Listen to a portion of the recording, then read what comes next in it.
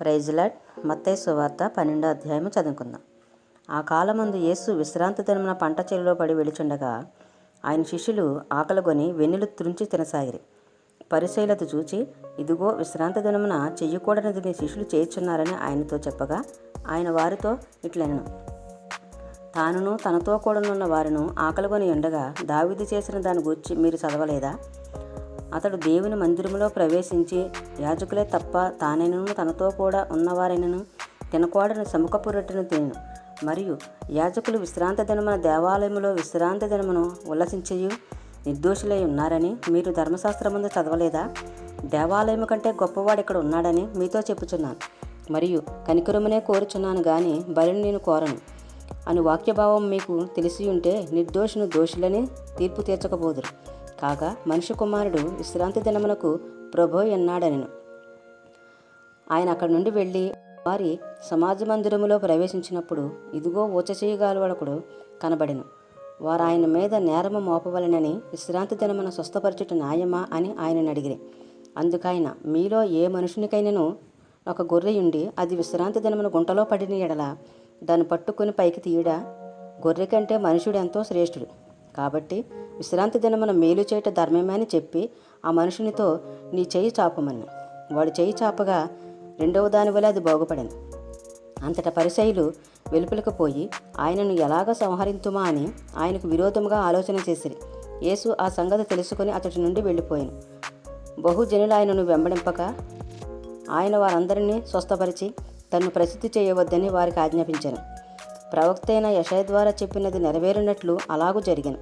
అదేమనగా, ఇదిగో ఈయన నా సేవకుడు, ఈయనను నేను ఏర్పరచుకుంటుని, ఈయన నా ప్రాణమునకు ఇష్టుడైన నా ప్రియుడు, ఈయన మీద నా ఆత్మనుంచెదను, ఈయన అన్యజనులకు న్యాయ విధిని ప్రచురము చేయును, ఈయన జగడమాడడు, కేకలు వేయడు, వీధులలో ఈయన శబ్దం ఎవనికిని వినబడదు, విజయముందుటకు న్యాయ విధిని ప్రబలము చేయు వరకు ఈయన నలిగిన రెల్లును విరువడు, మకమకలాడుచున్న అవిసెనార ఆర్పడు, ఈయన నామమందు అన్యజనులు నిరీక్షించెదరు అనున్నదే.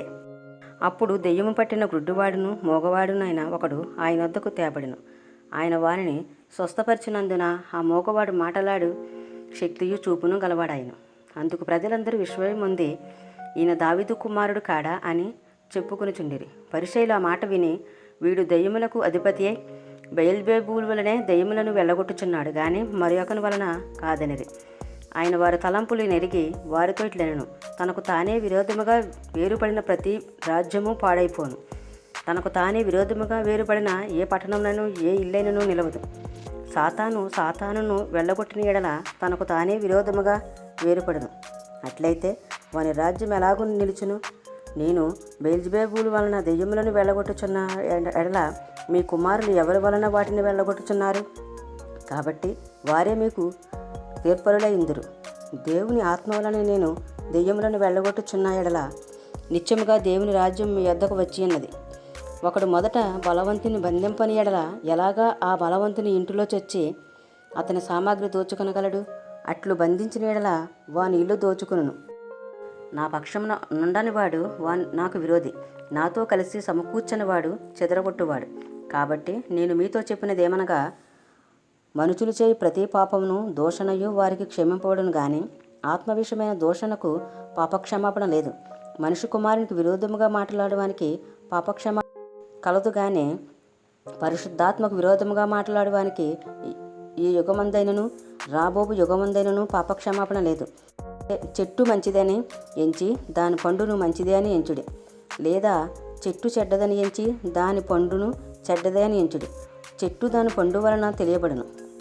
సర్పసంతానమా, మీరు చెడ్డవారై ఉండి ఎలాగ మంచి మాటలు పలుకోగలరు?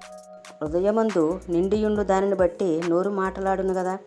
సజ్జనుడు తన మంచి ధననిధిలో నుండి సద్విషయములను తెచ్చును, దుర్జనుడు తన చెడ్డ ధననిధిలో నుండి దుర్విషయములను తెచ్చును. నేను మీతో చెప్పినదేమనగా, మనుషులు పలుకు వ్యర్థమైన ప్రతి మాటను గూర్చి విమర్శ దినమున లెక్క చెప్పవలసి ఉండును.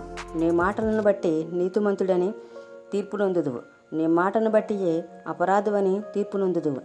అప్పుడు శాస్త్రుల్లోనూ పరిసయ్యుల్లోనూ కొందరు, బోధకుడా, నీ వలన ఒక సూచకక్రియ చూడగోరుచున్నామని ఆయనతో చెప్పగా, ఆయన ఇట్లనెను, వ్యభిచారులైన చెడ్డతరము వారు సూచకక్రియను అడుగుచున్నారు. ప్రవక్తన యానాను గూర్చి సూచక క్రియే గాని మరి ఏ సూచక క్రియనో వారికి అనుగ్రహింపబడదు.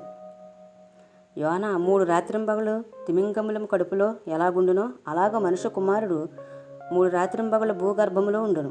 నినివే వారు యోనా ప్రకటన విని మారు మనసు పొందిరి కనుక విమర్శ సమయమున నినివే వారు ఈ తరము వారితో నిలవబడి వారి మీద నేరస్థాపన చేతురు. ఇదిగో యోనా కంటే గొప్పవాడు ఇక్కడ ఉన్నాడు. విమర్శ సమయమున దక్షిణ దేశపు రాణి ఈ తరము వారితో నిలవబడి వారి మీద నేరస్థాపన చేయును. ఆమె సొలొమోను జ్ఞానమును వినుటకు భూమ్యంతముల నుండి వచ్చెను. ఇదిగో సొలొమోను కంటే గొప్పవాడు ఇక్కడ ఉన్నాడు. అపవిత్రాత్మ ఒక మనిషిని వదిలిపోయిన తర్వాత అది విశ్రాంతి వెతుకును, నీరు లేని చోట తిరుగుచుండును. విశ్రాంతి దొరకనందున నేను వదిలి వచ్చిన నా ఇంటికి తిరిగి వెళ్ళుదననుకొని వచ్చి ఆ ఇంట ఎవరునూ లేక అది ఊడ్చి అమర్చిండుట చూచి వెళ్ళి తనకంటే చెడ్డవైన మరి 7 దెయ్యములను వెంట పెట్టుకుని వచ్చును. అవి దానిలో ప్రవేశించి అక్కడనే కాపురముండెను. అందుచేత ఆ మనుషుని కడపటి స్థితి మొదటి స్థితి కంటే చెడ్డదగును. అలాగే ఈ దుష్టతరం వారికి సంభవించిన నేను. ఆయన జనసమూహములతో ఇంకా మాట్లాడుచుండగా ఇదిగో ఆయన తల్లియు సహోదరులను ఆయనతో మాట్లాడగోరుచు వెలుపల నిలిచి ఉండిరి. అప్పుడు ఒకడు, ఇదిగో నీ తల్లియు నీ సహోదరులు నీతో మాట్లాడవలనని వెలుపల నిలిచి ఉన్నారని ఆయనతో చెప్పాను. అందుకైన తనతో ఈ సంగతి చెప్పిన వారిని చూచి నా తల్లి ఎవరు, నా సహోదరులు ఎవరు అని చెప్పి తన శిష్యుల వైపు చేయి చాపి ఇదిగో నా తల్లియు నా సహోదరులను పరలోకమందున నా తండ్రి చిత్తము చొప్పున చెయ్యువాడే నా సహోదరుడును నా సహోదరియును నా తల్లి అనెను.